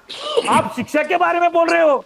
सर अभी की मुंबई की बात हो रही है, कॉर्पोरेशन की बात हो रही है। मुंबई की भी बात होने दो, मुंबई की बात तो जैसा भरत सोनी साहब बोल रहे थे, sir this is unfair sir let him speak, उनको बोलने तो दीजिए। सर 2019 तक आप सब लोग इकट्ठे, सर आप सब लोग इकट्ठे थे। बीजेपी को कटघरे में खड़ा करने का कोई भी मुद्दे पे ये कोई ठीक नहीं होता है ना। आज उनके साथ में है, चुनाव उनके साथ में लड़े, हमारे साथ से धोखाधड़ी करने के बाद आपने उनको कंधे पे लिया और हमको आप बोलते हैं हम गलत है, ऐसे कैसे? क्या राइट भरत सोनी साहब, please complete what you were saying. Marathi भाषा के लिए कांग्रेस का एक नेता उनके खिलाफ चर्चा नहीं करता है, जिन्होंने झूठा पूरा माहौल बना के रख दिया। लक्ष्मण सौजी साहब, अवसरवादी पार्टी पूरे आज कोई है तो कांग्रेस पार्टी महाराष्ट्र में, उनसे उम्मीद रखे हम जी। तो आप उम्मीद ना रखें। आज पहली बार बोलो, आज उन्होंने बोलना चाहिए उद्धव ठाकरे और राज ठाकरे ने जो अभियान किया ये गलत है। सोनी साहब कांग्रेस के प्रवक्ता नाम के बोल दो, मैं उनकी बात सुनूंगा। क्यों भरत सोनी साहब, तो इंफ्रास्ट्रक्चर का जहां तक प्रश्न है प्राइमरी स्कूल्स को लेकर के, उस विषय में कुछ आप बोल रहे थे, आप बताएं सर प्लीज। राजीव जी देखिए, अभी कल की बात है, मुंबई महानगर पालिका पे अभी सत्ता किसकी है? मुंबई महानगर पालिका एडमिनिस्ट्रेटर चला रहा है और वो शिवसेना बीजेपी का एडमिनिस्ट्रेटर जो महाराष्ट्र गवर्नमेंट है, urban development ministry Eknath Shinde ji के अंदर आती है और वो लोग इसको चला रहे हैं। सर अभी कल की बात है, एक म्युनिसिपल स्कूल के बच्चों को 3 किलोमीटर दूर भेज दिया क्योंकि वो स्कूल गिरने जैसी थी। अब वो बच्चे बेचारे म्युनिसिपल कॉर्पोरेशन के स्कूल में पढ़ने वाले। सर साहू जी साहब को ये बात समझ में नहीं आएगी क्योंकि ये नासिक का मुद्दा नहीं है, मुंबई का मुद्दा है। मुंबई की महानगर पालिका में आज 25 साल से सेना बीजेपी रूल कर रही है। साहब, हम राजनीतिक रोल जब अदा करते हैं तो राजनीतिक मुंबई में नासिक का अलग नहीं कर रहे आप। बिल्कुल नहीं, आप कांग्रेस शांत पार्टी रहिए, मेरी बात मुंबई सुनिए। के लिए नहीं है। नहीं, बिल्कुल नहीं। कांग्रेस पार्टी पूरे आपको हिंदुस्तान पता ही की नहीं है। राजनीति के लिए है। और पूरा हाईजैक करके शिक्षा अलग नीति जवाब दे रहे 50-60 साल हैं। महानगर जिन्होंने पालिका अपना के कर हमारे इंफ्रास्ट्रक्चर देश की का बात हो रही सत्यानाश है। किया, वो महानगर कांग्रेस पालिका पार्टी के मुंबई के इंफ्रास्ट्रक्चर की शिक्षा बात हो नीति रही के बारे है। में बोलेगी। महानगर कैसे पालिका चलेगा? के स्कूल के इंफ्रास्ट्रक्चर की बात हो रही है। आप शिक्षा नीति की बात कर रहे हैं, आप नक्सलवाद की बात कर रहे हैं। उसमें ही आता है, मुंबई उसमें महानगर ही आता पालिका है, के अंदर उसमें ही आता है। उसका जो इंफ्रास्ट्रक्चर है उसकी बात हो रही है। आप गलत बात ला रहे हैं। बिल्कुल नहीं, आप खाली सिर्फ मुद्दे पे बोलिए, आप मुद्दे पे बोलिए, आप मुद्दे पे बोलिए। म्युनिसिपल शिक्षा के लिए क्या क्या सुविधाएं देना, म्युनिसिपल कॉर्पोरेशन के पहले से अंदर सरकारें आपकी थी 50 साल आपकी सरकारें होते सर, हुए अब तो नहीं है ना सर। अरे साहू साहब, अब तो नहीं, अब तो आपकी सरकार है ना, अब तो जवाबदारी आपकी है। तो हम कर रहे हैं ना, व्यासी, हम कर रहे हैं। सर क्या कर रहे हैं सर? स्कूल की दुर्दशा है अभी भी, साहू साहब, अभी भी दुर्दशा है के स्कूल लिए, त्रिभाषा सूत्र के लिए मुंबई में सर। तो पढ़ाएंगे कहाँ पे, कौन सी पहले ये बिल्डिंग्स बोलो। में? सर बिल्डिंग गिर जो- रही जो- है सर आप नेशनल एजुकेशन पॉलिसी इंप्लीमेंट कैसे करेंगे? कांग्रेस की नीति सर नेशनल एजुकेशन पॉलिसी 2020 आप कैसे इंप्लीमेंट करोगे? सर जब आपके पास स्कूल्स की बिल्डिंग्स नहीं है, sir girls don't have toilets, sir लड़कियों के पास टॉयलेट्स नहीं है। लक्ष्मण सौजी साहब, लड़कियों के पास टॉयलेट्स नहीं है जाने के लिए। क्या बात कर रहे हैं आप सर? कौन सी दुनिया में रह रहे हैं आप? सौजी साहब ये गलत है, ये गलत है बिल्कुल। No sir, I don't agree with you sir, I don't agree with you उसके बारे सर। में नो चर्चा हो सर, सकती यू है। कैनॉट हाईजैक माई शो नहीं, सर। आप मेरा शो उसके हाईजैक बारे में नहीं कर चर्चा हो सकती सकते है। सर। दिस इज माई लेकिन शो, त्रिभाषा आई सूत्र के डोंट लिए एग्री विद यू। आज जो मुद्दा चल रहा है समाज में, मैं आज तो मुद्दे की बात कर रहा हूं, मैंने जिस तुम एजुकेशन की राजनीति बात करेंगे करी तो है। उसको ताकि नो करने सर, का क्या अधिकार है? नो सर, लक्ष्मण सौजी साहब, नो नहीं सर। सर, नहीं fact remains, you are also Congress वालों रिस्पॉन्सिबल। से हमको सर आप सीखने शिवसेना की के साथ जरूरत नहीं है। थे, कारोबार आपकी कैसे और शिवसेना की युति थी या 50 नहीं? साल कांग्रेस ने शिक्षा नीति का जो घोर 97 से लेकर के 2019 तक, नहीं है 96, 97 से लेकर के 96, 97 से लेकर के 2019 तक आपकी सरकार थी। बीएमसी आप कंट्रोल कर रहे थे। 25 साल आपने बीएमसी में राज किया है। 25 साल सेना बीजेपी इकट्ठे थे। क्या किया आपने बताइए अगर चर्चा सर? आपने क्या किया? कांग्रेस मैं आपसे पूछ रहा हूं साहू जी साहब, आप इतना जो चिल्ला चिल्ला के बोल रहे हैं, 25 साल आप थे कॉर्पोरेशन में, क्या किया आपने? हमको अवसरवादी पार्टी से सर आपने क्या किया? मैं आपसे पूछ रहा हूं। बीएमसी स्कूल्स की बिल्डिंग गिरने के कगार पर है, टूटने के कगार पर है। टीचर्स नहीं है, स्कूल टीचर्स की भर्ती नहीं हुई है, स्कूल टीचर्स को सैलरी नहीं मिली है, और आप पता नहीं कौन सी दुनिया में रह रहे हैं। नहीं सर, ऐसे नहीं होता है। I don't agree with you sir, I disagree with you completely. No sir, you are as responsible sir. Your government came in 2014, 2014 में आपकी सरकार आई। 2014 से 2019 तक आपकी सरकार थी। कितने नए स्कूल बनाए आपने? कितने नए स्कूल बनाए आपने? ये उनका सर आपने कितने नए स्कूल बनाए बताइए? कितने नए स्कूल आपने बनाए? कितने टीचर्स को आपने परमानेंट किया? आज तक टीचर्स एजुटेशन पर हैं कि हमें परमानेंट कीजिए। पार्टी भाजपा को जिम्मेदार पकड़। अरे सर आप जिम्मेवार हैं, खिलाफ बोलेंगे। आप सरकार में हैं, लिहाजा सरकार में होने के नाते आप जिम्मेवार हैं। सरकार में है तो हमने जो you are responsible for the terrible state of schools in Maharashtra. जो बच्चे सर स्कूल्स की हालत अभी खराब है। लक्ष्मण सौजी साहब, आपके चिल्लाने से जमीनी हकीकत खत्म नहीं होगी। आप जो है 2014 से 2019 तक, 25,000 बच्चे सर 2014 से 2019 तक देवेंद्र फडणवीस की सरकार थी। Sir what are you talking? अरे सर छोड़िए ना, क्या बात कर रहे हैं आप लक्ष्मण सौजी साहब? Know that this is not done, this is absolutely unfair. आपको क्या लगता है भाजपा सर, आपको क्या लगता है लक्ष्मण अजीत जी, चौधरी छोड़ साहब, दीजिए, आप एक अजीत ही जी, चीज छोड़ को बढ़ाते दीजिए, रहेंगे I बढ़ाते will leave रहेंगे, the debate तो उनको now. हराया है ना नहीं। लक्ष्मण चौधरी साहब, तो कांग्रेस को हराया ना लोगों ने। ऐसा नहीं है, अवसरवादी पार्टी सर तो कांग्रेस को हराया है लोगों ने, अब आपके ऊपर है सवाल। नो सर, ये तय करते हैं नो और हमको बोलते नो हैं नो नो सर, नहीं किया है। नो सर, ऐसा कैसे चलेगा? उनको नो बोलो। Sir, I disagree with you sir, you have to take responsibility. Laxman Chaudhary sahab, आपको जिम्मेवारी बिल्कुल, लेनी बिल्कुल पड़ेगी। नहीं, सर। अभी आप सत्ता में हैं, सर, क्या सर, कांग्रेस की शिक्षा सत्ता नीति है? के बारे में सर क्या शिक्षा कांग्रेस नीति की के बारे में सत्ता है? जो 10 साल में काम किया अरे है। क्या कांग्रेस की सरकार है? अभी आपसे पूछ रहा हूं, किसकी सरकार है? केंद्र में मोदी की सरकार है, वाह, यहां पर वाह। देवेंद्र फडणवीस की सरकार है, और आप बात कर रहे हैं कांग्रेस की। अरे क्या बात कर रहे हैं सर? मुंबई महानगर पालिका सर, जिस दिन का स्कूल चालू हुए इंफ्रास्ट्रक्चर अभी आपके स्कूल ऊपर के है। पहले दिन और वो कहां स्कूल की के बात पहले कहां ले दिन जा रहे हैं। बच्चों का इसी स्वागत प्रकार करने से के लिए अरे हर एक सर, स्कूल में छोड़िए। हमारे क्या मंत्रीगण थे। अरे सर, छोड़िए। दूसरे किसी का सब जिस दिन स्कूल चालू हो गए सर, स्कूल ऐसा के नहीं पहले होता दिन है। हमारे सब सर, सरकार आप- के मंत्री आप स्कूल में पहले बिल्कुल दिन बच्चों के स्वागत के लिए लक्ष्मण थे। फौजी साहब, माफ कीजिएगा, क्षमा मांग जो रहा हूं बदलाव आपसे। हुआ है, क्षमा जो मांगते 10 साल हुए में हर क्षेत्र में लक्ष्मण फौजी बदलाव हुआ साहब, है, आपका उसकी आदर भी सराहना सम्मान, होनी चाहिए। आपका आदर सम्मान पूरा रखते हुए आप बिल्कुल वही बात कर रहे हैं, वैसे बात कर रहे हैं जैसे कांग्रेस किया करती थी जब वो सत्ता में थे। एग्जैक्टली वही बात अभी आप कर रहे हैं। Let's be very नहीं clear. नहीं नहीं, ऐसे नहीं Sorry sir, that's what I think. Sir. In any sir, event, आज I don't think this त्रिभाषा discussion सूत्र is के getting लिए anywhere. कांग्रेस की नीति क्या Sir, है? I ऐसा don't कैसे क्या think- चलेगा? I don't think this discussion is त्रिभाषा getting सूत्र के anywhere. लिए I'm अवसरवादी sorry, sir, राजनीति I अपनाती है disagree with कांग्रेस you. आज। Sir, I disagree with you. आपका जहां तक प्रश्न है, आप सवाल को सुन ही नहीं रहे हैं। कांग्रेस के ऊपर आप लगे, मैं कांग्रेस की बात ही नहीं कर रहा हूं।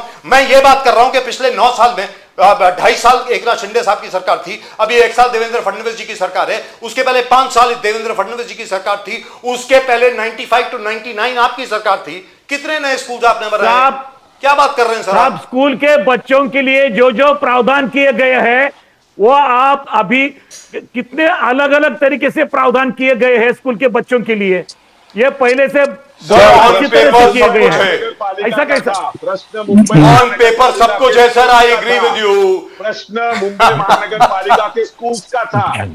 सर ऐसा है, आपको जानकारी सर ऐसा नहीं है, है, प्लीज आज आपको की सुनने नई पड़ा। कांग्रेस है बीजेपी।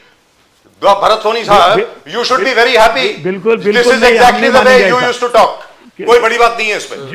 जिन्होंने आई थिंक दैट्स इट। जिन्होंने सर, अवसरवाद दिस डिस्कशन करके इज जिनके गोइंग साथ नोवेयर। सत्ता हासिल की, लक्ष्मण सौजी आज साहब, सत्ता में रह गए। अरे सर छोड़िए, चलिए। सौजी साहब के साथ और एक शो करता है, करते हैं। उसको सहयोग देना, लक्ष्मण साहब के साथ और एक शो। उसको मैं आपको काम एक करने देने का इन्विटेशन नहीं। चलिए मेरी आप एक सेकंड के लिए मेरी पहले बात 5 साल सुनिए। हमारे एक सेकंड के लिए मेरी बात जी सुनिए। को सर, आप उन्होंने मेरी- काम करने दिया कि अच्छी तरह अरे से। अरे सर, व्यास ऐसा जी, नहीं है। व्यास जी जाना चाहते हैं। लक्ष्मण सौजी साहब, मैं आपको एक निमंत्रण देता हूं।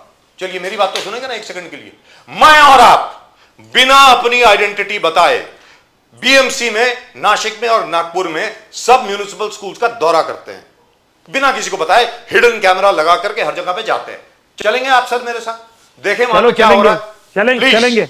अगर वहां पर चलेंगे। इंप्रूवमेंट हुई है तो सबके बिल्कुल सामने, और अगर नहीं हुई है तो सबके सामने। That's all that I am नहीं, सेइंग। बराबर है।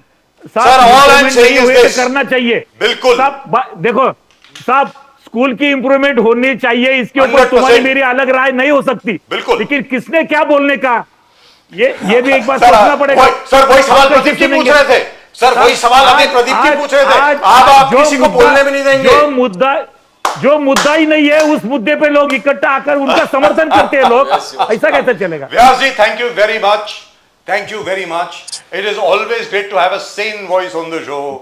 भरत सोनी साहब, आपका भी बहुत बहुत धन्यवाद। साहब, स्कूल के लिए अलग का सेपरेट डिबेट रखेंगे अपन। सौजी साहब, सोनी साहब को बुलाओ। सर भैया, डिबेट नहीं। हम आपके साथ पूरे शिक्षा के बारे में, महाराष्ट्र के बारे में लक्ष्मण एक सौजी साहब, डिबेट अलग से रखेंगे अगला। पहले मैं, आप और प्रदीप जी अलग अलग स्कूल में जाएंगे, उसके बाद डिबेट रखेंगे, ठीक है? आपके साथ है सौजी साहब, हम लोग। We are with you. चलो Sir, करेंगे, sir, करेंगे। but on this बिल्कुल there can करेंगे। be no disagreement. Before I let you go, no, I have to say this. आप तीनों लोग जो हैं, सुशील व्यास जी, भरत सोनी साहब, लक्ष्मण सौजी साहब, आप तीनों लोग देशभक्त हैं। आपको मालूम है कि पूरे देश का भविष्य जो है वो बच्चों के ऊपर निर्भर है। शिक्षा का स्तर अच्छा होना चाहिए, स्कूल्स में इंफ्रास्ट्रक्चर बहुत अच्छा होना चाहिए, इसके ऊपर तीनों लोगों में कोई डिसएग्रीमेंट नहीं होनी चाहिए। सीधी सादी बात है, सब लोग एक साथ होने चाहिए इस पे, सीधी बात। चलिए, thank you very much gentleman. Bajaj ji, नमस्कार। विनंती है, जी बोलिए सर। वो एक जो टॉपिक चल रहा है आज मुझे भेजा गया, तो उसमें भी था बिहार का जो स्पेशल इंटेंसिव ये जो रिवीजन चल रहा है जी, जी, वोटर जी। इलेक्टोरल, जी। उस पे भी आप थोड़ा सा एक चर्चा करवाइए, करते हैं सर। क्योंकि वहां That's- भी एक गलत नैरेटिव पूरे देश में फैलाया जा रहा है, उसको भी सच्चाई देश के आपके माध्यम से आनी चाहिए। He must do it. I agree with you, sir. I agree with you. Thank you very much, sir. Thank you. Sushil Vyas ji, Laxman Sahu ji साहब, भरत सोनी साहब, धन्यवाद, आप लोगों को धन्यवाद। बहुत बहुत जय धन्यवाद। हिंद, जय महाराष्ट्र, जय भवानी, जय जय शिवाजी, सियाराम, हर हर महादेव। हर हर महादेव, जय सियाराम, जय सियाराम, जय सियाराम, शांति परम धर्मो। जय सियाराम, जय। नहीं सर, इसमें शांति नहीं।